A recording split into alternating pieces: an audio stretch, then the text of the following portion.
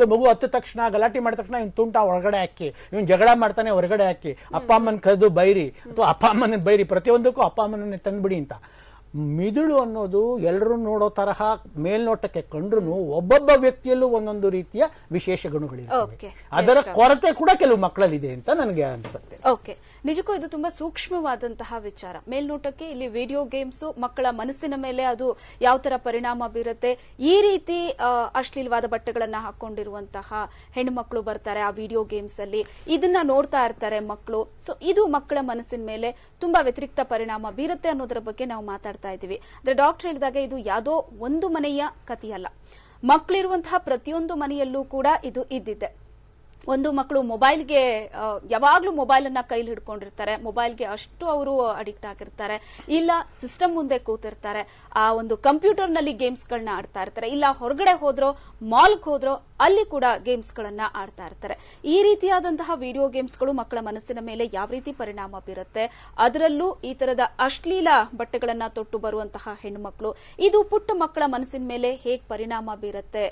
ಆಟ ಅಂತ ಅಂದಾಗ ಬಹಳಷ್ಟು ಆಟಗಳಿದೆ, ಆದ್ರೆ ಇತ್ತೀಚಿನ ದಿನಗಳಲ್ಲಿ ಮಕ್ಕಳು ಸಿಸ್ಟಮ್ ಮುಂದೆ ಕೂರೋದು, ಮೊಬೈಲ್ ನಲ್ಲಿ ಆಟಗಳನ್ನ ವಿಡಿಯೋ ಗೇಮ್ಸ್ ಗಳನ್ನ ಆಡೋದು, ಟಿವಿ ಹಾಕಿದ್ರು ಸಾಕು ಅದರಲ್ಲಿ ಒಂದಷ್ಟು ವಿಡಿಯೋ ಗೇಮ್ಸ್ ಅಥವಾ ಕಾರ್ಟೂನು, ಇದಕ್ಕೆ ಅವರು ಅಡಿಕ್ಟ್ ಆಗ್ತಾ ಇದ್ದಾರೆ. ಇವೆಲ್ಲವೂ ಕೂಡ ಮಕ್ಕಳ ಮನಸ್ಸಿನ ಮೇಲೆ ಹೇಗೆ ಪರಿಣಾಮ ಬೀರುತ್ತೆ, ಪೋಷಕರು ಎಷ್ಟರ ಮಟ್ಟಿಗೆ ಎಚ್ಚರಿಕೆ ವಹಿಸಬೇಕಾಗತ್ತೆ, ಇವೆಲ್ಲದರ ಬಗ್ಗೆ ಚರ್ಚೆ ಮುಂದುವರಿಯುತ್ತೆ ಚಿಕ್ಕ ಬ್ರೇಕ್ ಆದ್ಮೇಲೆ.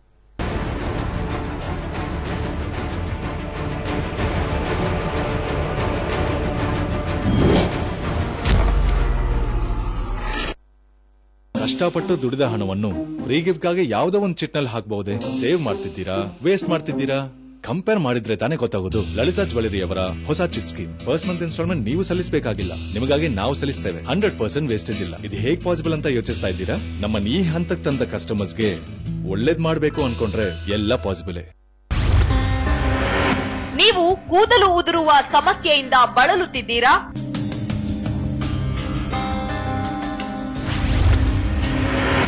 ತಲೆ ಕೂದಲು ಉದುರಲು ಕಾರಣವೇನು?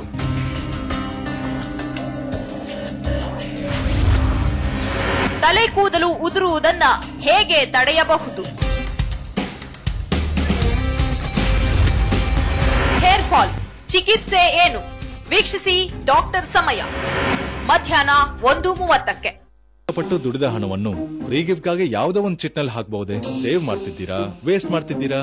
ಕಂಪೇರ್ ಮಾಡಿದ್ರೆ ತಾನೇ ಗೊತ್ತಾಗೋದು. ಲಲಿತಾ ಜ್ಯುವೆಲರಿ ಅವರ ಹೊಸ chit scheme. First month instalment ನೀವು ಸಲ್ಲಿಸಬೇಕಾಗಿಲ್ಲ, ನಿಮಗಾಗಿ ನಾವು ಸಲ್ಲಿಸ್ತೇವೆ. 100% ವೇಸ್ಟೇಜ್ ಇಲ್ಲ. ಇದು ಹೇಗ್ ಪಾಸಿಬಲ್ ಅಂತ ಯೋಚಿಸ್ತಾ ಇದ್ದೀರಾ? ನಮ್ಮನ್ನ ಈ ಹಂತಕ್ಕೆ ತಂದ ಕಸ್ಟಮರ್ಸ್ಗೆ ಒಳ್ಳೇದ್ ಮಾಡ್ಬೇಕು ಅನ್ಕೊಂಡ್ರೆ ಎಲ್ಲ ಪಾಸಿಬಲ್.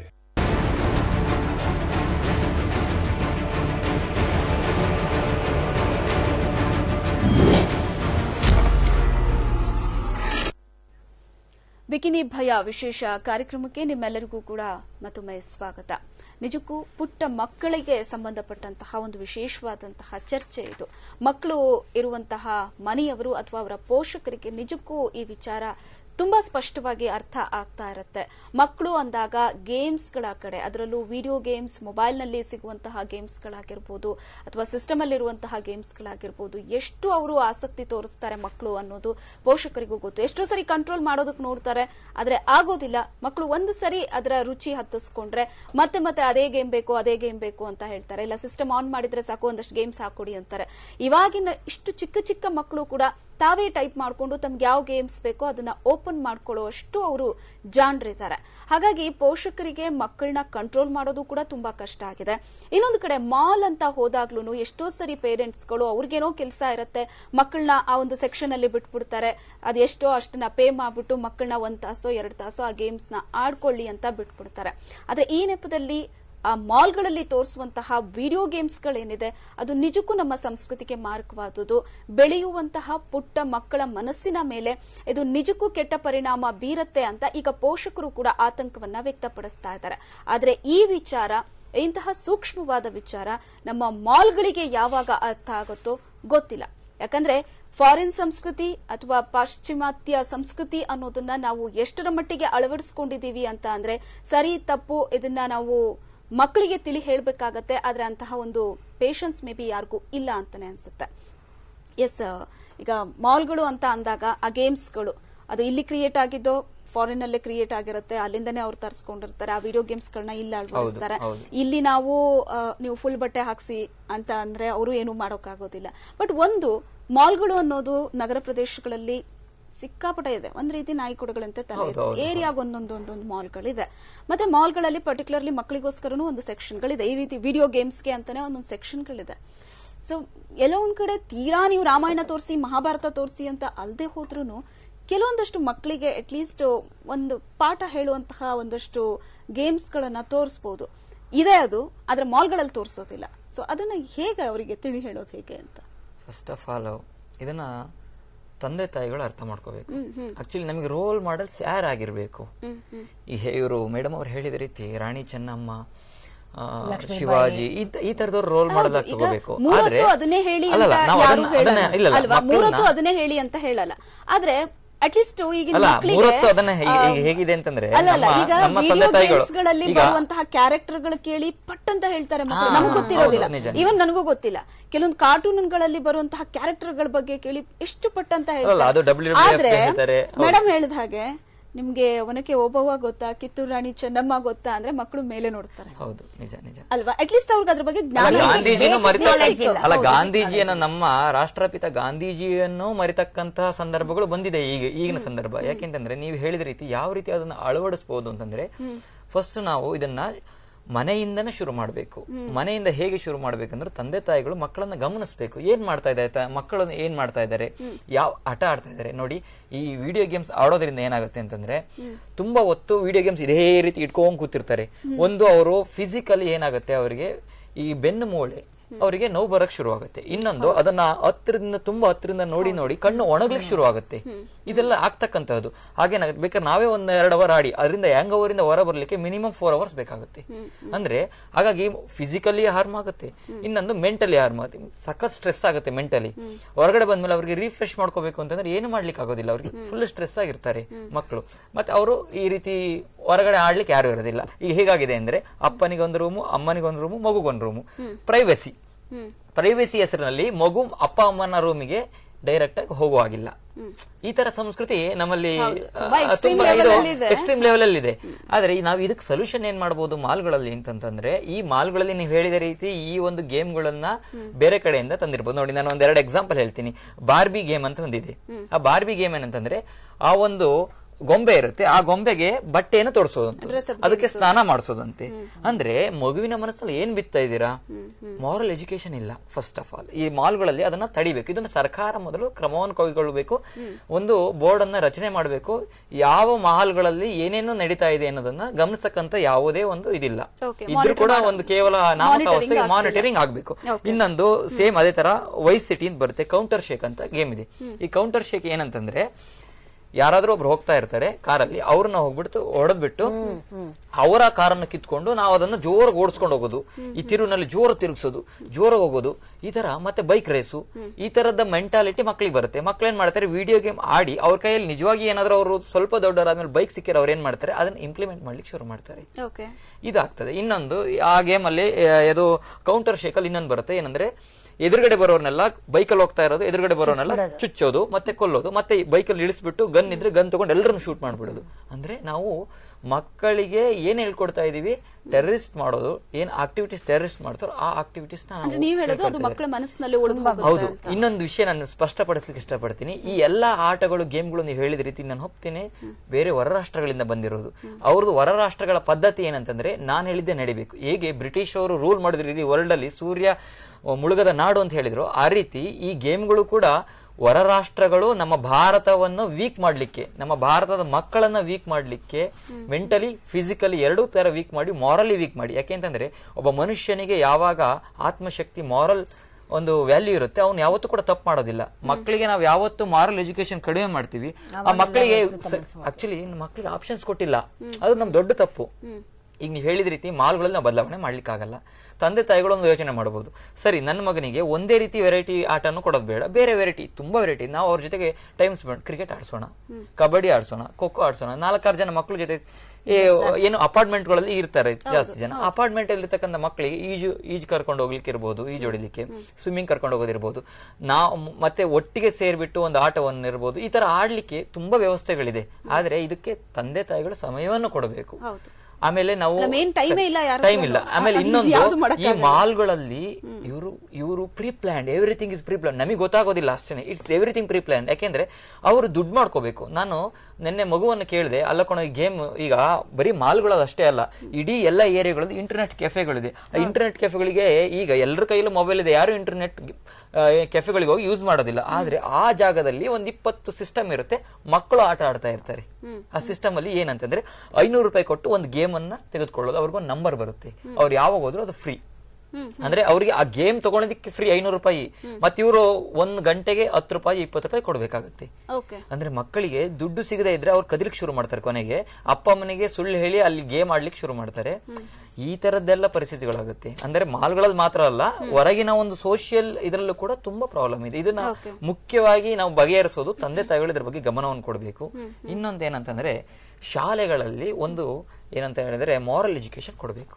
ಮಾರಲ್ ಎಜುಕೇಶನ್ ತುಂಬಾ ಇಂಪಾರ್ಟೆಂಟ್. ಯಾಕೆಂದ್ರೆ ಮಕ್ಕಳಿಗೆ ಆಪ್ಷನ್ಸ್ ಕೊಡ್ಬೇಕು, ಈ ತರ ಇದೆ, ಒಳ್ಳೇದಿದು ಕೆಟ್ಟದಿದು ಅಂತ ಹೇಳ್ಬಿಟ್ಟು. ನಾವು ಆಪ್ಷನ್ಸೇ ಕೊಡದೇ ಇದ್ದಾಗ ಮಕ್ಳು ಏನ್ ಮಾಡ್ತಾರೆ, ಇನ್ನೊಂದು ಸ್ವಾಭಾವಿಕವಾಗಿ ನಾವು ಥಿಂಕ್ ಮಾಡ್ಬೇಕು, ಎಲ್ರಿಗೂ ಮಕ್ಕಳಿಗೆ ಒಂದು ಪ್ರೀತಿ ಅನ್ನೋದು ಬೇಕಾಗಿರುತ್ತೆ. ಯಾವಾಗ ಆ ಪ್ರೀತಿ, ಆ ಒಂದು ಬಾಂಧವ್ಯ ಕಡಿಮೆ ಆಗೋಗ್ಬಿಡುತ್ತೆ. ಈಗ ತಾಯಿಯ ಪ್ರೀತಿ ಮಗುಗೆ ಸಿಗದೇ ಇದ್ರೆ ಮಗು ಏನ್ ಮಾಡುತ್ತೆ, ವಸ್ತುಗಳಲ್ಲಿ ಪ್ರೀತಿಯನ್ನು ಹುಡುಕ್ಲಿಕ್ಕೆ ಶುರು ಮಾಡುತ್ತೆ. ಅವಾಗ ತಾಯಿ ಅವ್ರನ್ನ ಸರಿಯಾಗಿ ಟೇಕ್ ಕೇರ್ ಮಾಡ್ಲಿಲ್ಲ ಅಂದ್ರೆ ಅದು ಮೊಬೈಲ್ ಗೇಮ್ ಆಡ್ಲಿಕ್ಕೆ ಶುರು ಮಾಡುತ್ತೆ, ಇಲ್ಲ ಇನ್ನೇನೋ ಟಿವಿ ನೋಡ್ಲಿಕ್ಕೆ ಶುರು ಮಾಡುತ್ತೆ. ತಾಯಿ ಪ್ರೀತಿ ಕಡಿಮೆ ಆಗುತ್ತೆ, ತಂದೆ ಪ್ರೀತಿ ಕಡಿಮೆ ಆಗುತ್ತೆ. ಆಗ ಅದು ಹೊರಗಡೆ ಪ್ರೀತಿಯನ್ನು ವಸ್ತುಗಳಲ್ಲಿ ಪ್ರೀತಿಯನ್ನು ಹುಡುಕ್ಲಿಕ್ಕೆ ಶುರು ಮಾಡುತ್ತೆ. ಕೊನೆಗೆ ಏನಂತ ಥಿಂಕ್ ಮಾಡುತ್ತೆ, ನನಗೆ ಪ್ರೀತಿ ಸಿಗೋದು ವಸ್ತುಗಳಲ್ಲಿ, ನನಗೆ ಆಡಿದ್ರೆ ಮಾತ್ರ ಸಮಾಧಾನ ಸಿಗುತ್ತೆ. ಅವಾಗ ಹೇಳ್ತಾರೆ, ಇಲ್ಲ ನನಗೆ ಆ ಚಾನಲ್ ಹಾಕಿದ್ರೆ ನಾನು ಊಟ ಮಾಡೋದು. ಅದು ಈ ಕ್ಷಣಕ್ಕೂ ನಡೆಯುತ್ತೆ. ನಮ್ಮ ಅಕ್ಕನ ಮಗನಿಗೂ ಅಷ್ಟೇ ನಾನು ಹೇಳ್ತಾ ಇದೀನಿ, ಅವನು ಅಷ್ಟೇನೆ. ಈ ಚಾನಲ್ ಹಾಕ್ಬಿಟ್ರೆ, ಪೋಗೋ ಇನ್ನೊಂದು ಯಾವ್ದಾದ್ರು ಒಂದು ಹಾಕ್ಬಿಟ್ರೆ, ಚೋಟಾ ಭೀಮ್ ಹಾಕಿದ್ರೆ ಮಾತ್ರ ಅವ್ನು ಕೂತ್ಕೊಂಡು ಊಟ ಮಾಡ್ತಾ ಇರ್ತಾನೆ. ಅವ್ನು ಎಷ್ಟು ಊಟ ಮಾಡ್ತಾನೆ ಅಂತ ಗೊತ್ತಾಗೋದಿಲ್ಲ. ಅಂದ್ರೆ ಇದು ಮಾನಸಿಕವಾಗಿ ಮತ್ತೆ ದೈಹಿಕವಾಗಿ ಎರಡೂ ಕೂಡ ತುಂಬಾ ಒಂದು ತೊಂದರೆಯನ್ನು ಕೊಡ್ತಾ ಇದೆ. Okay, yes madam.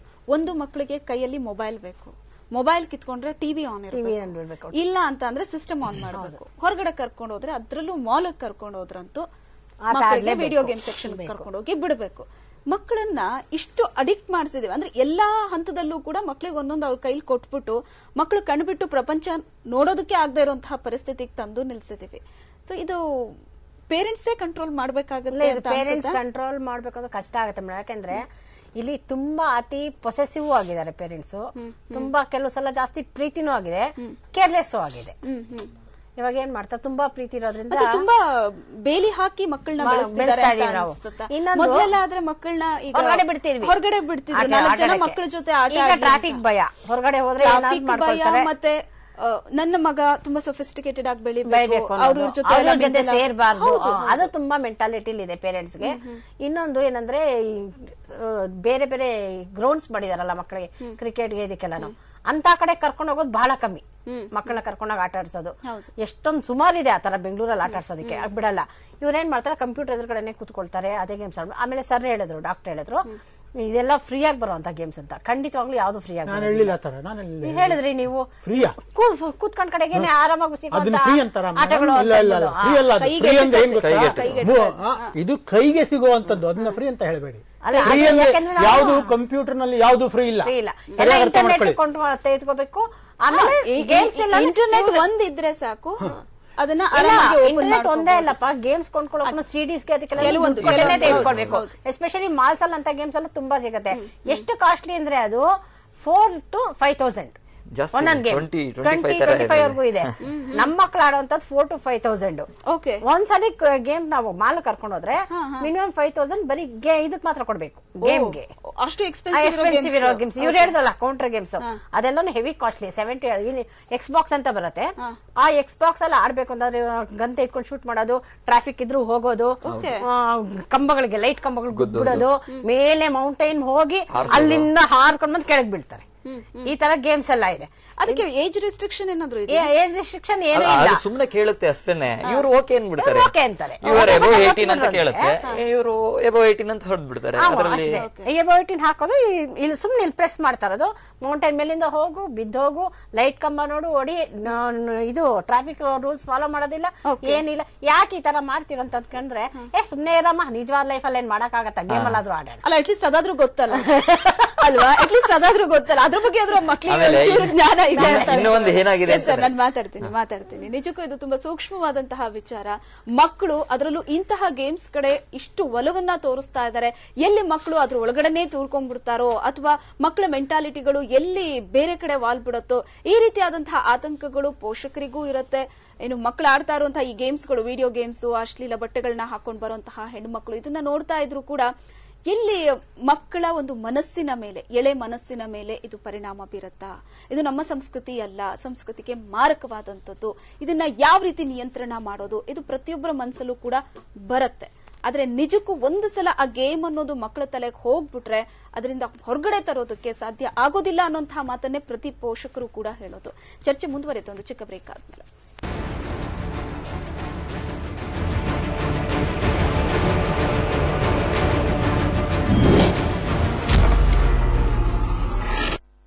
ಕಷ್ಟಪಟ್ಟು ದುಡಿದ ಹಣವನ್ನು ಫ್ರೀ ಗಿಫ್ಟ್ ಗಾಗಿ ಯಾವ್ದೋ ಒಂದು ಚಿಟ್ನಲ್ಲಿ ಹಾಕಬಹುದೇ? ಸೇವ್ ಮಾಡ್ತಿದ್ದೀರಾ, ವೇಸ್ಟ್ ಮಾಡ್ತಿದ್ದೀರಾ? ಕಂಪೇರ್ ಮಾಡಿದ್ರೆ ತಾನೇ ಗೊತ್ತಾಗೋದು. ಲಲಿತಾ ಜ್ಯುವೆಲರಿ ಅವರ ಹೊಸ chit scheme. First month instalment ನೀವು ಸಲ್ಲಿಸಬೇಕಾಗಿಲ್ಲ, ನಿಮಗಾಗಿ ನಾವು ಸಲ್ಲಿಸ್ತೇವೆ. 100% ವೇಸ್ಟೇಜ್ ಇಲ್ಲ. ಇದು ಹೇಗ್ ಪಾಸಿಬಲ್ ಅಂತ ಯೋಚಿಸ್ತಾ ಇದ್ದೀರಾ? ನಮ್ಮನ್ನ ಈ ಹಂತಕ್ಕೆ ತಂದ ಕಸ್ಟಮರ್ಸ್ಗೆ ಒಳ್ಳೇದ್ ಮಾಡ್ಬೇಕು ಅನ್ಕೊಂಡ್ರೆ ಎಲ್ಲ ಪಾಸಿಬಲ್. ಬೆಳ್ಳಿ ತೆರೆ ಮೇಲೆ ಬರಲಿದ್ದಾರೆ ಮನಮೋಹನ್ ಸಿಂಗ್. ಪ್ರಧಾನಿಯಾಗಿ ಮಿಂಚಲಿದ್ದಾರೆ ಅನುಪಮ್ ಖೇರ್.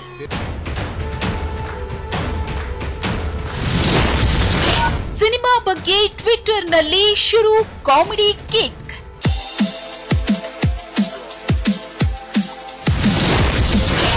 ಆಕ್ಸಿಡೆಂಟಲ್ ಪ್ರೈಮ್ ಮಿನಿಸ್ಟರ್ನಲ್ಲಿ ಇರುತ್ತಾ ಡೈಲಾಗ್. ತೆರೆ ಮೇಲೆ ಎಂಎಂಎಸ್.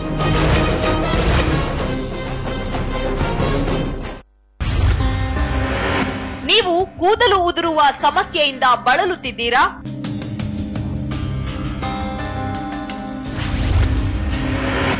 ತಲೆ ಕೂದಲು ಉದುರಲು ಕಾರಣವೇನು?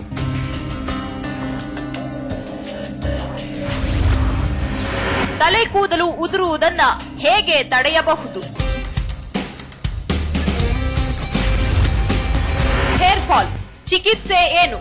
ವೀಕ್ಷಿಸಿ ಡಾಕ್ಟರ್ ಸಮಯ, ಮಧ್ಯಾಹ್ನ 1:30ಕ್ಕೆ. ಎಲ್ಲಿ ಹೋದ ಕೋಟಿ ಕೋಟಿ ಸೈಟ್ ಹೊಡೆದ ವೀರ.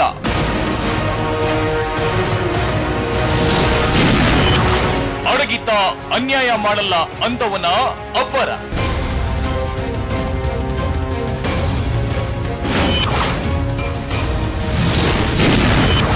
ಸ್ಟುಡಿಯೋಗೆ ಬರ್ತೀನಿ ಎಂದು ಬಿಲ ಸೇರಿದ ಉತ್ತರ ಕುಮಾರ.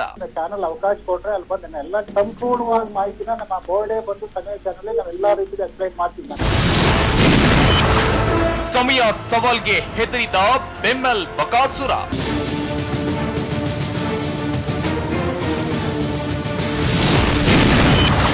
ಕಾನೂನಿನ ಚಾಟಿಯೇಟು ತಡಿತಾನ ಅಡ್ಡದಾರಿ ಹಿಡಿದ ನಾರಿ ಶೂರ.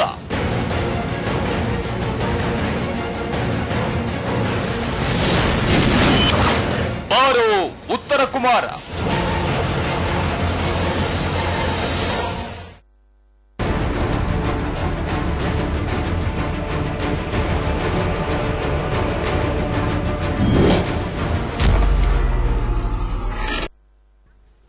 ಎಸ್, ಮಕ್ಕಳು ಅಂತ ಅಂದಾಗ ಯಾವ ರೀತಿ ಬೆಳೆಸಬೇಕು, ಮಕ್ಕಳಿಗೆ ಏನ್ ಕೊಡಿಸ್ಬೇಕು, ಅದು ತುಂಬಾ ದೊಡ್ಡ ಕನ್ಫ್ಯೂಷನ್, ತುಂಬಾ ದೊಡ್ಡ ಗೊಂದಲ ಈಗಿನ ಪೇರೆಂಟ್ಸ್ ಗಳಿಗಂತೂ. ಯಾಕಂದ್ರೆ ವಾತಾವರಣ ಅನ್ನೋದೇ ಆ ತರ ಇದೆ. ಮಕ್ಕಳಿಗೆ ನಾವು ಹೇಳ್ಕೊಟ್ಟಿಲ್ಲ ಅಂದ್ರೂ ಹೊರಗಡೆಯಿಂದ ನೋಡಿ ಆದ್ರೂ ಕಲ್ತ್ಕೋತಾರೆ, ಅಥವಾ ಅವ್ರ ಜೊತೆ ಇರೋರು ಈ ತರ ಗೇಮ್ಸ್ ಗಳನ್ನ ತಗೊಂಡಿದ್ದಾರೆ ಅಥವಾ ವಿಡಿಯೋ ಗೇಮ್ಸ್ ಗಳನ್ನ ಆಡ್ತಾರೆ ಅಂತ ಅಂದಾಗ ಮಕ್ಕಳು ಸಹ ಅದನ್ನ ಕೇಳ್ಕೊಂಡ್ ಬಂದು ಮನೇಲಿ ಹಠ ಮಾಡ್ತಾರೆ. ಆ ಸಂದರ್ಭದಲ್ಲಿ ಪೇರೆಂಟ್ಸ್ಗೂ ಕೂಡ ಮಕ್ಕಳನ್ನ ನಿಭಾಯಿಸೋದು ಕಷ್ಟ ಆಗ್ಬಿಡತ್ತೆ. ಹಾಗಾಗಿ ಏನ್ ಮಾಡಬೇಕು, ಹೇಗ್ ನಡ್ಕೋಬೇಕು ಮಕ್ಕಳ ಜೊತೆ, ಯಾವ್ದನ್ನ ಕೊಡಬೇಕು, ಯಾವ್ದನ್ನ ಕೊಡಬಾರ್ದು, ಇದು ಒಂದು ದೊಡ್ಡ ಗೊಂದಲ ಈಗಿನ ಪೋಷಕರಿಗೆ ಯಾವ ತರ ನಡ್ಕೋಬೇಕು, ಮಕ್ಕಳಿಗೆ ಇಷ್ಟ ಬಂದಿದ್ದೆಲ್ಲದನ್ನು ಕೂಡ ಕೊಡ್ತಾ ಹೋದ್ರೆ ಏನಾಗತ್ತೆ, ಅದರಲ್ಲೂ ಪ್ರಮುಖವಾಗಿ ಈ ರೀತಿಯಾದಂತಹ ವಿಡಿಯೋ ಗೇಮ್ಸ್ಗಳು, ಇದರ ಬಗ್ಗೆ ಇವತ್ತು ನಾವು ಚರ್ಚೆಯನ್ನ ನಡೆಸ್ತಾ ಇದ್ದೀವಿ. ಕಿರುತೆರೆ ನಟಿ, ಸಿನಿಮಾ ನಟಿಯೂ ಕೂಡ ಆದಂತಹ ಮೀನಾಕ್ಷಿ ಅವರು ಇವತ್ತಿನ ಕಾರ್ಯಕ್ರಮದಲ್ಲಿ ನಮ್ಮ ಜೊತೆ ಜಾಯ್ನ್ ಆಗಿದ್ದಾರೆ. ಮೇಡಮ್ ನಮಸ್ತೆ. ನಮಸ್ತೆ. ಕಾರ್ಯಕ್ರಮಕ್ಕೆ ಸ್ವಾಗತ. Thank you madam. ಇವತ್ತು ನಾವು ಮಕ್ಕಳ ಮನಸ್ಥಿತಿ ಬಗ್ಗೆ ಮಾತಾಡ್ತಾ ಇದ್ವಿ, ಎಸ್ಪೆಷಲಿ ಮಕ್ಕಳ ಮೇಲೆ ವಿಡಿಯೋ ಗೇಮ್ಸ್ಗಳು ಬೀರುವಂತಹ ಒಂದು ಪ್ರಭಾವದ ಬಗ್ಗೆ. ಯಾಕಂದ್ರೆ ಮಾಲ್ಗಳು ಅಂತ ಹೋದಾಗ ಸಾಕಷ್ಟು ಗೇಮ್ಸ್ಗಳಿರುತ್ತೆ, ವಿಡಿಯೋ ಗೇಮ್, ಅದಕ್ಕೆ ಒಂದು ಸೆಕ್ಷನ್ ಇರುತ್ತೆ. ಮಕ್ಕಳನ್ನ ಕರ್ಕೊಂಡೋಗಿ ಅಲ್ಲಿ ಬಿಟ್ಬಿಡ್ತೀವಿ, ಮಕ್ಕಳು ತುಂಬಾ ಎಂಜಾಯ್ ಮಾಡ್ತಾರೆ. ಬೆಳಗ್ಗೆಯಿಂದ ಸಂಜೆ ತನಕ ಬಿಟ್ರು ಮಕ್ಕಳು ಆರಾಮಾಗಿ ಆಟ ಆಡ್ತಾರೆ, ಯಾರಿಗೂ ಡಿಸ್ಟರ್ಬ್ ಮಾಡೋದಿಲ್ಲ. ಆದ್ರೆ ವಿಡಿಯೋ ಗೇಮ್ ಅನ್ನೋ ಹೆಸರಲ್ಲಿ ಪಾಶ್ಚಿಮಾತ್ಯ ಸಂಸ್ಕೃತಿ ಅನ್ನೋದು ಅಲ್ಲಿ ಎದ್ದು ಕಾಣಿಸ್ತಾ ಇದೆ. ಅವ್ರು ತೊಡುವಂತಹ ಬಟ್ಟೆಗಳು, ಹೆಣ್ಣು ಮಕ್ಕಳು ಯಾವ ತರ ಬಟ್ಟೆ ಹಾಕೊಂಡು ಸ್ಕ್ರೀನ್ ಅಲ್ಲಿ ಬರ್ತಾರೆ, ಇದು ಮಕ್ಕಳ ಮನಸ್ಸಿನ ಮೇಲೆ ಯಾವ ತರ ಪರಿಣಾಮ ಬೀರುತ್ತೆ. ಒಂದು ಸಿನಿಮಾ ನೋಡಿ ಆಚೆ ಬಂದ್ರು ನಾವು ಆ ಹ್ಯಾಂಗ್ ಓವರ್ ಅಲ್ಲಿ ಇರ್ತೀವಿ. ಅದು ಆಕ್ಷನ್ ಮೂವಿ ಆಗ್ಲಿ, ರೊಮ್ಯಾಂಟಿಕ್ ಮೂವಿ ಆಗ್ಲಿ, ಲವ್ ಸಬ್ಜೆಕ್ಟ್ ಇರೋ ಮೂವಿ ಆಗ್ಲಿ, ಒಂದು ಹ್ಯಾಂಗ್ ಓವರ್ ಇರುತ್ತೆ ಎಷ್ಟೇ ದೊಡ್ಡವರಿಗಾದ್ರೂ. ಸೊ ಆ ತರ ಗೇಮ್ಸ್ ಗಳನ್ನ ಆಡಿ ಹೊರಗಡೆ ಬಂದಂತಹ ಮಕ್ಕಳ ಮನಸ್ಥಿತಿ ಮೇಲೂ ಕೂಡ ಅದು ಪರಿಣಾಮ ಬೀರುತ್ತಲ್ವಾ ಅಂತ. ಖಂಡಿತ ಬೀರುತ್ತೇವೆ. ಏನಂದ್ರೆ ನಾವು ಮಕ್ಕಳು, ನಮ್ಮಲ್ಲಿ ಒಂದು ಅಜ್ಜಿ ಆಗ್ಲಿ, ಅಮ್ಮ ಆಗ್ಲಿ, ಚಿಕ್ಕಮ್ಮ, ಈ ತರ ಎಲ್ಲರೂ ಮನೇಲಿ ತುಂಬಾ ಕುಟುಂಬದಲ್ಲಿ ಅವ್ರು ಆತರ ಬಟ್ಟೆ ಹಾಕೊಳ್ಳೋದನ್ನ ಅವರು ನೋಡಿರೋದಿಲ್ಲ. ಸೊ ಸಡನ್ ಆಗಿ ನಾವೊಂದು ಹೋಗಿ ಅಲ್ಲಿ ವಿಡಿಯೋ ಗೇಮ್ ಆಡೋಕ್ಕಿಂತ ಮುಂಚೆ ಇದು ಬಂದಾಗ ಅವ್ರಿಗೆ ಸ್ವಲ್ಪ ಡಿಸ್ಟರ್ಬ್ ಆಗುತ್ತೆ, ಆಗಲ್ಲ ಅಂತ ಹೇಳಕ್ ಆಗಲ್ಲ. ಬಟ್ ಅದೊಂದ್ರಲ್ಲೇ ಅಲ್ವಲ್ಲ, ಈ ಮಾಲ್ಗಳಲ್ಲಿ ಅಂತ ಯಾಕೆ ಹೇಳ್ತಿದ್ದೀರಾ ಅಂತ ನಂಗೆ ಅರ್ಥ ಆಗ್ತಿಲ್ಲ. ಈಗ ಮೊಬೈಲ್ ಆನ್ ಮಾಡ್ಕೊಂಡ್ರು ನಿಮ್ಗೆ ಗೊತ್ತು ಎಲ್ಲ ಹಾಗೆ ಎಲ್ಲ ಬಂದ್ಬಿಡುತ್ತೆ. ಅದೊಂದೇ ಅಂತ ಹೇಳಕ್ಕಾಗಲ್ಲ. ಅಲ್ಲಿ ಸ್ವಲ್ಪ ಅವ್ರು ಅವಾಯ್ಡ್ ಮಾಡಿದ್ರೆ ಒಳ್ಳೇದು ಅಂತ ನನಗೂ ಅನಿಸ್ತಾ ಇದೆ. ಮಾಲ್ಗಳ ಹೌದು, ಮಕ್ಕಳು ನಾವು ದೊಡ್ಡವರೇನು ಹೋಗಿ ಆಡೋದಿಲ್ಲ, ಮಕ್ಕಳೇ ಆಡೋದು. ನಾವು ಪರ್ಚೇಸಿಂಗ್ ಹೋಗ್ಬೇಕಂದ್ರೆ ಮಕ್ಕಳನ್ನ ಅಲ್ಲಿ ಬಿಟ್ಟು ಹೋಗ್ತೀವಿ, ಸೊ ನಮ್ಗೇನ್ ಡಿಸ್ಟರ್ಬ್ ಮಾಡಲ್ಲ ಅಂತ. ಅವ್ರ ಮಕ್ಕಳ ಅದು ಈ ವಾರ ಕರ್ಕೊಂಡು ನೆಕ್ಸ್ಟ್ ವೀಕು ಅಲ್ಲೇ ಕರ್ಕೊಂಡು ಹೋಗಿ ಅಂತ ಅವರೇ ಫೋರ್ಸ್ ಮಾಡೋದು ಇದೇ ಮಕ್ಕಳು. ಯಾಕೆ ಅಂದ್ರೆ ಅಲ್ಲಿ ನೋಡಿರ್ತಾರೆ, ಮತ್ತೆ ಅವ್ರ ಮೇಲೆ ಪ್ರಭಾವ ಬೀರುತ್ತೆ. ಬಟ್ಕಿ ಒಂದ್ ಜೋಕು ಬಂದಿದ್ಯಲ್ಲ, ಅಪ್ಪ ಏನೋ ಟಿವಿ ನೋಡ್ತಾ ಇರ್ತಾರೆ, ಸ್ವಲ್ಪ ಅರ್ಧ ಬಟ್ಟೆ ಹಾಕೊಂಡ್ ಬಂದ್ ಕೇಳಿದಕ್ಕೆ, ಮಗ ಬಂದ್ ಕೇಳಿದಕ್ಕೆ ಅಪ್ಪ ಹೇಳ್ತಾರೆ ಅವ್ರು ತುಂಬಾ ಬಡವರು ಅಂತ. ಸೊ ಹೋಗಿ ಮಲ್ಕೊಂತಾರಪ್ಪ. ಮತ್ತೆ ಆ ಹುಡುಗ ಬಂದು ಟಿವಿ ಆನ್ ಮಾಡ್ಕೊಂಡು ಮತ್ತೆ ಮಗ ನೋಡ್ತಿರ್ತಾನೆ. ಆ ಅಪ್ಪ ಬಂದ್ ಮತ್ತೆ ಯಾಕೋ ನೋಡ್ತಿದ್ಯಾ ಅಂದ್ರೆ ಇನ್ನ ಬಡವ್ರು ಬರ್ಬೋದು ಅಂತ ನೋಡ್ತಾ ಇದೀನಿ ಅಂತ ಹೇಳ್ತಾನೆ. ಸೊ ಏನಕ್ಕೆ ಇದು ಹೇಳ್ತಿದೀನಿ ಅಂದ್ರೆ, ನಮ್ಮ ಅಪ್ಪ ನಾವುಗಳು ಮಕ್ಕಳಿಗೆ ಅದೆಲ್ಲ ಹಾಗಬಾರ್ದು, ಕೆಲಸ ಸೊ ಮಾಡ್ಬೇಕಂತ ಏನು ಅನ್ನೋದನ್ನ ಹೇಳ್ಕೊಡ್ಬೇಕು. ಇದು ನಮ್ಮ ಸಂಸ್ಕೃತಿ ಅಲ್ಲ ಅಥವಾ ಈ ತರ ಬೇಡ ಅಂತ. ಹೌದು, ಏನೋ ಒಂದ್ ಹೇಳ್ಬಿಡ್ತಾರೆ, ಅದು ಅವರು ತಪ್ಪಿಸ್ಕೊಳಕೋಸ್ಕರ ಏನೋ ಮಕ್ಕಳಿಗೆ ಹೇಳೋದು. ಮಕ್ಕಳು ಅದು ಕ್ಯೂರಿಯಾಸಿಟಿಲಿ ಏನಿದೆ ಅಂತ ನೋಡಕ್ ಹೋಗೋದು. ಇದೆಲ್ಲ ಆಗ್ತಾ ಇದೆ, ನಮ್ ಕಣ್ಮುಂದೆನೂ ನಡೀತಾ ಇದೆ. ಸೊ ಅದು ತಡೆಗಟ್ಬೇಕಂದ್ರೆ ಮಾಲಲ್ಲಿ ಅಷ್ಟೇ ಅಲ್ಲ, ಎಲ್ಲಾ ಕಡೆನೂ ತಡೆಗಟ್ಬೇಕಾಗುತ್ತೆ. ಒಂದು ಡ್ರೆಸ್ಸಿಂಗ್ ಸೆನ್ಸ್ ಅನ್ನೋದು ಪ್ರತಿಯೊಬ್ಬರಿಗೂ ಬರ್ಬೇಕಾಗುತ್ತೆ. ಸೊ ನಮ್ಮ ಒಂದು ಸೀರೆ ಉಟ್ಟೆ ಮಾತ್ರ ಹಾಗೆ, ಮತ್ತೆ ಏನೋ ಮಿಡಿ ಆತರ ಹಾಕೊಂಡ್ ಆತರ ಅಲ್ಲ. ಸೊ ನಮ್ಮ ನಾವೇನ್ ಡ್ರೆಸ್ ಹಾಕೋತೀವಿ ಅದು ಬೇರೆಯವ್ರಿಗೆ ಕಣ್ ಕುಕ್ಕೋ ತರ ಇರಬಾರ್ದು.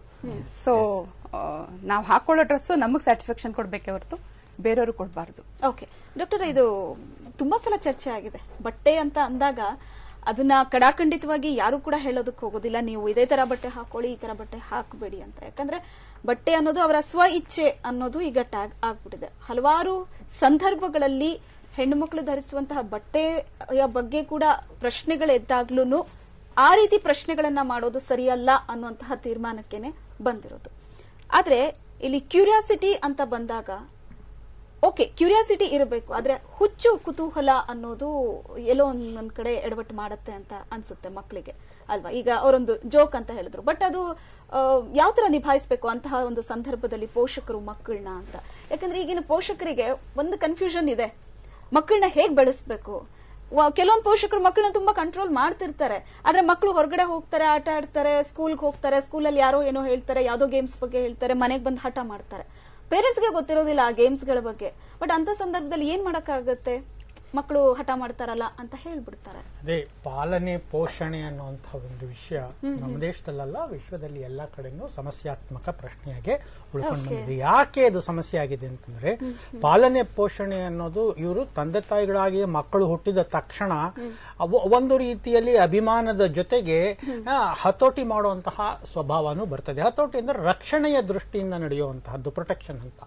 ಆದ್ರೆ ಇದೇ ಎಷ್ಟೋ ಸತಿ ಏನಾಗತ್ತೆ, ಆ ಮಕ್ಕಳಿಗೆ ಇಲ್ಲಿ ಅವಲಂಬನೆಯನ್ನ ಸೃಷ್ಟಿ ಮಾಡುತ್ತೆ, ಡಿಪೆಂಡೆನ್ಸ್ ಅಂತ ಅಥವಾ ಅಟ್ಯಾಚ್ಮೆಂಟ್ ಅಂತ ಕರೀತಾರೆ. ಇಲ್ಲಿದ್ರೆ ಪ್ರತಿರೋಧಗಳನ್ನ ಒಡ್ಡೋದು, ಪ್ರತಿಭಟನೆ ಮಾಡೋದು, ಅವರಿಂದ ತಪ್ಪಿಸ್ಕೊಳ್ಳೋದು. ಇಲ್ಲಿ ಪೋಷಕರ ವ್ಯಕ್ತಿತ್ವವು ಕೂಡ ಬಹಳ ದೊಡ್ಡ ಪ್ರೇರಣೆಯಾಗಿರುತ್ತೆ. ನಾವು ತಿಳ್ಕೊಂಡಂಗೆ ಪೋಷಕರು ಅಂದಾಕ್ಷಣ ಎಲ್ಲಾ ಪೋಷಕರ ಮಾನಸಿಕ ಸ್ಥಿತಿಗತಿಗಳು ಒಂದೇ ರೀತಿಯಲ್ಲಿ ಇರುವುದಿಲ್ಲ. ಅವರು ಕೆಲವು ಮಕ್ಕಳಿಗೆ ಕಥೆ ಮೂಲಕ ಹೇಳ್ಕೊಡ್ಬೋದು, ಅಥವಾ ಮನಸ್ಸನ್ನ ಮರೆಮಾಚಿಸಬಹುದು, ಅಥವಾ ಮನಸ್ಸಿಗೆ ಹೊಸ ವಿಷಯಗಳನ್ನ ತುಂಬಿಸಬಹುದು. ಇನ್ ಕೆಲವರು ಅಧಿಕಾರದ ಮೂಲಕ, ಭಯದ ಮೂಲಕ ಮಾಡಬಹುದು. ಅಂದ್ರೆ ಇಲ್ಲಿ ಒಂದು ನೇರವಾಗಿರೋದು ಇಂತಹದ್ದೇ ಒಂದು ಸ್ಪಷ್ಟವಾಗಿರೋ ಸೂತ್ರಗಳಿಲ್ಲ ಪಾಲನೆ ಪೋಷಣೆಯಲ್ಲಿ. ಇದೇ ಇಲ್ಲಿ ಮಕ್ಕಳ ಮನಸ್ಸಿಗೆ ಹೊಸತನಗಳು ಬಂದಾಗ ಮನುಷ್ಯ ಮಿದುಳಾಗ್ಲಿ ಪ್ರಾಣಿ ಮಿದುಳಾಗ್ಲಿ ಸಹಜವಾಗಿ ಆ ಕಡೆ ಆಕರ್ಷಣೆಗೆ ಹೋಗುತ್ತೆ. ಅದು ಪರ್ಸೆಪ್ಷನ್ ಅಂತ ಕರೀತಾರೆ. ಅಂದ್ರೆ ಗೋಚರಾನುಭವ ಅಂತ ಏನ್ ಕರಿತೀವಿ, ಗೋಚರಾನುಭವ ಏನು ದೃಷ್ಟಿಗೆ ಬರುತ್ತೋ ಅವು ಎಷ್ಟರ ಮಟ್ಟಿಗೆ ಮತ್ತೊಮ್ಮೆ ನೋಡಬೇಕು ಅನ್ನುವಂತಹ ಒಂದು ಏನು ಮರು ಪ್ರಯತ್ನವನ್ನು ಸೃಷ್ಟಿ ಮಾಡುತ್ತೆ ಅನ್ನೋದು ಬಹಳ ಮುಖ್ಯವಾಗಿರುವಂತಹ ವಿಷಯ. ಕೆಲವು ಮಕ್ಕಳಲ್ಲಿ ಮೇಲಿಂದ ಮೇಲೆ ಮಾಡಬೇಕು ಅನ್ನುವಂತಹ ಒಂದು ಸ್ವಭಾವ ಬಂದ್ರೆ ಅಲ್ಲೆಲ್ಲೋ ಏನೋ ಕೊರತೆ ಇದೆ ಅಂತ ಖಂಡಿತವಾಗಿಯೂ. ಅಂತಹ ಪೋಷಕರಲ್ಲಿ ಬಹುಶಃ ಅಂತಹ ಮಕ್ಕಳು ಮೇಲಿಂದ ಮೇಲೆ ಅದೇ ಜಾಗಕ್ಕೆ ಹೋಗ್ಬೇಕು, ತೃಪ್ತಿಯ ಮಟ್ಟವನ್ನು ಅವರು ಗುರುತಿಸಕ್ಕಾಗೋದಿಲ್ಲ. ಈ ಆಟ ಆಡದ ಮೇಲೆ ಇದಕ್ಕೇನೋ ಮುಂತು ಅಂತ. ಆದ್ರೆ ಅನೇಕ ಕಂಪ್ಯೂಟರ್ ಆಟಗಳಲ್ಲಿ ಗುರಿ ಇರೋದಿಲ್ಲ. ಅದು ಅಲ್ಲಿ ತನಕ ಹೋಗುತ್ತೆ, ಆಟದ ಸಮಯ ಮುಗಿಯುತ್ತೆ, ಮುಂದೇನು ಅಂತಂದ್ರೆ ನಿರಂತರವಾಗಿ ಕುತೂಹಲಗಳನ್ನ ಸೃಷ್ಟಿ ಮಾಡ್ಕೊಂಡು ಹೋಗುತ್ತೆ. ಕೆಲವು ಮಕ್ಕಳಿಗೆ ಇದೇನೆ ತಡೆಗೋಡೆ ಆಗ್ಬಿಡುತ್ತೆ. ಅಯ್ಯ ಇದೇ ಮುಗಿಯೋದೇ ಇಲ್ಲ, ಈ ಆಟ ಬೇಡ ಅಂತ ಆಚೆ ಬರೋ ಮಕ್ಕಳು ಜಾಸ್ತಿ. ಯಾಕೆಂದ್ರೆ ಮಕ್ಕಳಿಗೆ ಒಂದು ಸಮಸ್ಯೆ ಅಂತ ಶುರುವಾದಾಗ ಅದು ಪರಿಹಾರ ಅನ್ನೋದು ಬರಬೇಕಾಗ್ತದೆ. ಆದ್ರೆ ಇದು ಬರ್ದಿದ್ರೇನೆ ಸಮಸ್ಯೆನೇ ಮುಂದುವರಿಸಿಕೊಂಡು ಹೋಗುವಂತಹ ಮಾನಸಿಕ ಸ್ಥಿತಿಗಳಿರುವಂತಹ ಮಕ್ಕಳುಗಳು ಪೋಷಕರು ಬೇಕಾದಷ್ಟು ಜನ ಇದ್ದಾರೆ. ಅಂತಹವರಲ್ಲಿಯೂ ಕೂಡ ನನಗನ್ಸತ್ತೆ ಎಲ್ಲ ಬಹಳ ತೀರಾ ಅಪರೂಪದ ಪ್ರಕರಣಗಳು. ಯಾಕಂದ್ರೆ ಕಾರ್ಟೂನ್ ಪ್ರಾರಂಭ ಆದಾಗನಿಂದ ಈಗಾಗಲೇ ಸುಮಾರು 100 ವರ್ಷಕ್ಕೆ ಬರಕ್ ಶುರು ಆಯ್ತು. ಇಲ್ಲಿಯ ತನಕ ನಡೆದಂತಹ ಯಾವುದೇ ರೀತಿಯ ದೌರ್ಜನ್ಯಗಳಾಗ್ಲಿ, ಕ್ರೌರ್ಯಗಳಾಗ್ಲಿ, ಯುದ್ಧಗಳಾಗ್ಲಿ, ಅಥವಾ ಮಾನವ ಬದುಕನ್ನೇ ಸಂಪೂರ್ಣವಾಗಿ ಬುಡಮೇಲ್ ಮಾಡುವಂತಹ ಪ್ರಕರಣಗಳ ಅಂಶ ತಗೊಂಡಾಗ 1% ಕಡಿಮೆ ಆಗಿದೆ. ಅಂದ್ರೆ ಮನುಷ್ಯರಲ್ಲಿ ಸಹಜವಾಗಿರುವಂತಹ ಗುಣ ತನ್ನಷ್ಟಕ್ಕೆ ತಾನೇ ಹುಟ್ಟುವಂತಹ ನೈತಿಕ ಗುಣಗಳು. ಇನ್ನು ಯಾರು ಇದನ್ನ ಕಾನೂನಿನ ಮೂಲಕ ಆಗ್ಲಿ, ಸಂಸ್ಕೃತಿಯ ಮೂಲಕ ಆಗ್ಲಿ, ವ್ಯಕ್ತಿಯ ಮನಸ್ಸಿನ ಅಂದ್ರೆ ಮಾನವ ಗುಣಗಳನ್ನು ಸೃಷ್ಟಿ ಮಾಡಕ್ಕಾಗಲ್ಲ. ಮಾನವೀಯತೆ ಅನ್ನೋದು, ಅದಕ್ಕೇನೆ ಮಾನವೀಯತೆ ಅನ್ನೋದು. ಹುಟ್ಟುತ್ತಾನೆ ಮಗುಗೆ ಅತ್ತಾಗ ಏನೋ ಒಂದು ರೀತಿಯ ಭಯ ಆಗತ್ತೆ, ಇನ್ನೊಂದು ಮಗು ಹೊತ್ತಾಗ ತಾನು ಅಳುತ್ತೆ. ಇದು ಅನುಕಂಪದ ಗುಣಗಳು ಅನುಕರಣೆಯ ಮೂಲಕನೂ ಬರುತ್ತೆ, ಅದನ್ನ ಗ್ರಹಿಸುವಂತ ಮಿದುಳಿನ ಶಕ್ತಿಯೂ ಇರುತ್ತೆ. ಹೀಗಾಗಿ ನಾವು ಸಾಮಾಜಿಕ ನಿಯಂತ್ರಣಗಳನ್ನ ತಂದಾಗ ಆ ಎಚ್ಚರಿಕೆಯಿಂದ ತರದಿದ್ರೆ ಪ್ರತಿಭಟನೆ ಅನ್ನೋದು ಶುರು ಆಗುತ್ತೆ ಅನ್ನೋದು ಬಹಳ ಮುಖ್ಯ. ಇನ್ನು ವಿಡಿಯೋ ಗೇಮ್ಗಳಿಗೆ ಬಂದಾಗ ಖಂಡಿತವಾಗಿಯೂ ತೀವ್ರವಾಗಿರಂತಹ ಆಕ್ರಮಣಕಾರಿ ವರ್ತನೆಗಳು ಮಕ್ಕಳಲ್ಲಿ ಒಂದು ರೀತಿಯ ಅಸೂಕ್ಷ್ಮತೆಯನ್ನ ಸೃಷ್ಟಿ ಮಾಡಬಹುದು. ಅಂದ್ರೆ ಡಿಸೆನ್ಸಿಟೈಸ್ ಮಾಡುತ್ತೆ ಅಂತ. ನೋಡ್ತಾ ಇದ್ದಾಗ ಇನ್ನೂ ಸ್ವಲ್ಪ ರಕ್ತನಾ ಪರವಾಗಿಲ್ಲ, ಇನ್ನೊಂದ್ ಸ್ವಲ್ಪ ನೋಡೋಣ, ಕತ್ತನ್ನೇ ಕಿತ್ತಾಕ್ಬಿಟ್ನಾ, ಸೆನ್ಸಿಬಿಲಿಟಿ ಅನ್ನೋದು ಮೇ ಬಿ ಹೋಗ್ಬಿಡುತ್ತಾ ಅಂತ. ಸೆನ್ಸಿಟಿವಿಟಿ ಅನ್ನೋದಕ್ಕೆ ಏನಾಗುತ್ತೆ, ಮನುಷ್ಯನ ಸ್ವಭಾವ ಏನು ಅಂದ್ರೆ ಹೊಂದ್ಕೊಂಡು ಹೋಗಕ್ ಶುರು ಆಗುತ್ತೆ. ಸೊ ಹೀಗಾಗಿ ತೀರ ಕ್ರೌರ್ಯವಾಗಿದ್ರು ಕೂಡ ಹೋಗ್ಲಿ ನೋಡ್ತೀವಿ. ಇವಾಗ ನೋಡಿ, ಇದಕ್ಕೆ ಬಹಳ ಉತ್ತಮವಾಗಿರುವಂತಹ ಉದಾಹರಣೆ ಅಂತಂದ್ರೆ, ಅಲ್ಲೊಂದು ಅಪಘಾತ ಆಗಿರುತ್ತೆ, ಒಂದು 100 ಜನ ಇರ್ತಾರೆ, 99 ಜನ ವಿಡಿಯೋ ಮಾಡ್ತಾರೆ. ಅಂದ್ರೆ ಮನುಷ್ಯ ಸ್ವಭಾವದಲ್ಲಿ ಯಾವುದರ ಪರಿಣಾಮ ಇದು ಅಂತ ಗೊತ್ತಿಲ್ಲ ಈ ಮನಸ್ಥಿತಿಗಳು. ಇಲ್ಲ ಪರಿಣಾಮ ಏನು ಅಂತಂದ್ರೆ, ಇದನ್ನ ಸಂಗ್ರಹಿಸಿಟ್ಕೊಂಡ್ಬಿಡೋಣ ಮೊದಲು ಬರೋದು. ಅವ್ರು ಯಾರು ಅಮಾನವೀಯತೆಯಿಂದ ಮಾಡಲ್ಲ. ಅದು ಇದೊಂದು ಸಲಕರಣೆ ಇದೆ, ಅದು ಏನಾಗಿದೆ ಪಾಪ, ಏನಾದ್ರೂ ಆಗ್ಲಿ, ಅಲ್ಲಿ ಕರುಣೆ ಇರುತ್ತೆ, ಆದ್ರೆ ಕ್ರಿಯಾಶೀಲತೆ ಇರುತ್ತೆ. ನಮಗೆ ಬೇಕಾಗಿರೋದು ಕ್ರಿಯಾಶೀಲತೆ, ಕರುಣೆ ಅಲ್ಲ. ಇದನ್ನ ತಡೆಗಟ್ಟೋದಕ್ಕೆ ಸಾಧ್ಯ ಇದೆ. ಮೇಲಿಂದ ಮೇಲೆ ಇದರ ಬಗ್ಗೆ ಮಾಹಿತಿ ಕೊಟ್ಟಷ್ಟು ಜನ ಹಿಂದೆ ಸರಿಬಹುದು. ಮತ್ತೆ ಇದಕ್ಕೊಂದು ಸಿನಿಮಾ ಇದೆ, ಯೂಟರ್ನ್ ಅಂತ, ಇದನ್ನ ಸೂಚಿಸುವಂತಹ ಸಿನಿಮಾ ಇದೆ. ಹಾಗೇನೆ ಇನ್ನೊಂದು ಪ್ರಮುಖವಾಗಿರುವಂತಹ ವಿಷಯ ಏನಪ್ಪಾ ಇಲ್ಲಿ ಅಂತಂದ್ರೆ, ಈ ಆಟಗಳ ಬಗ್ಗೆ ಪೋಷಕರಿಗೆ ಸ್ವಲ್ಪ ಪ್ರಮಾಣದ ತಿಳುವಳಿಕೆ ಕಡಿಮೆ. ಅಯ್ಯೋ ನಮ್ಮ ಹುಡುಗ ಏನನ್ನ ನೋಡ್ತಾ ಇದ್ದಾನೆ, ಕಂಪ್ಯೂಟರ್ ಅಂದ್ರೆ ಎಲ್ಲ ಮಾಡ್ತಾ ಇದ್ದಾನೆ ಅಂದ್ರೆ ಉತ್ಪ್ರೇಕ್ಷೆಯಿಂದ ಕೂಡ ಎಷ್ಟೋ ಸತಿ ಪೋಷಕರು ಒಂದು ರೀತಿ ತಾತ್ಸಾರದ ಗುಣ, ಉದಾಸೀನ ಮಾಡೋ ಗುಣ ಕಲ್ತ್ಕೊಂಡ್ಬಿಡ್ತಾರೆ. ಅದು ಮಕ್ಕಳಿಗೆ ಅವಲಂಬನೆಯಾಗುವ ಸಾಧ್ಯತೆಗಳಿದೆ. ಅವಲಂಬನೆಯನ್ನ ಪ್ರೋತ್ಸಾಹಿಸಿದ್ರೆ ಚಟ ಆಗತ್ತೆ, ಚಟದಿಂದ ತೀವ್ರವಾದ್ರೆ ಅದನ್ನು ಬಿಟ್ಟಿರಕ್ಕಾಗೋದಿಲ್ಲ ಅನ್ನುವಂತಹ ಪರಿಸ್ಥಿತಿ ಬಹುಶಃ ಅನೇಕ ಕಡೆ ನಿರ್ಮಾಣವಾಗ್ತಾ ಇದೆ, ವಿಶೇಷವಾಗಿ ನಗರ ಪ್ರದೇಶಗಳಲ್ಲಿ.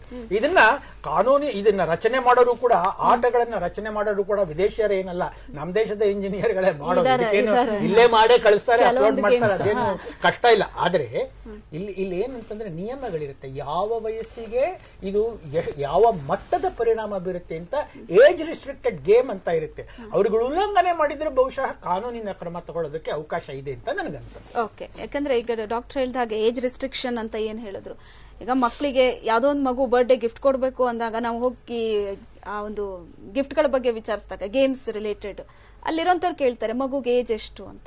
ವಿತಿನ್ 4 ಅಂದ್ರೆ ಅದಕ್ಕೆ ತಕ್ಕನಾಗಿರೋ ಗೇಮ್ಸ್ ಗಳನ್ನ ಕೊಡ್ತಾರೆ. ಅಥವಾ ವಿತಿನ್ 8 ಅಂತ ಅಂದ್ರೆ ತುಂಬಾ ಚಿಕ್ಕ ಮಕ್ಕಳಂದ್ರೆ ಬಾಯಿಗೆ ಹಾಕೊಂಡು ನುಂಗ್ ಬಿಡತ್ತೇನೋ ಅನ್ನೋ ತರ. ಸೊ ಎಲ್ಲದಕ್ಕೂ ಒಂದೊಂದು ರೆಸ್ಟ್ರಿಕ್ಷನ್ ಇರುತ್ತೆ. ಬಟ್ ಈ ತರ ವಿಡಿಯೋ ಗೇಮ್ಸ್ ಗಳು ಅಂತ ಅಂದಾಗ ಈಗ ನೀವು ಹೇಳಿದ್ರಿ 18 ಅಂತ ಏನೋ ತೋರ್ಸುತ್ತೆ, ಇವ್ರು ಓಕೆ ಅಂತ ಕೊಡ್ತಾರೆ, ಮುಗೀತು, ಬೇರೆ ಏನು ಅಲ್ಲಿ ಅವರು ಕನ್ಫರ್ಮೇಶನ್ ಏನು ತಗೊಳ್ಳಲ್ಲ. ಸೊ ಹಾಗಾಗಿ ಅದು ಮಿಸ್ಯೂಸ್ ಆಗುತ್ತೆ ಅಂತಹ ಗೇಮ್ಸ್ಗಳು.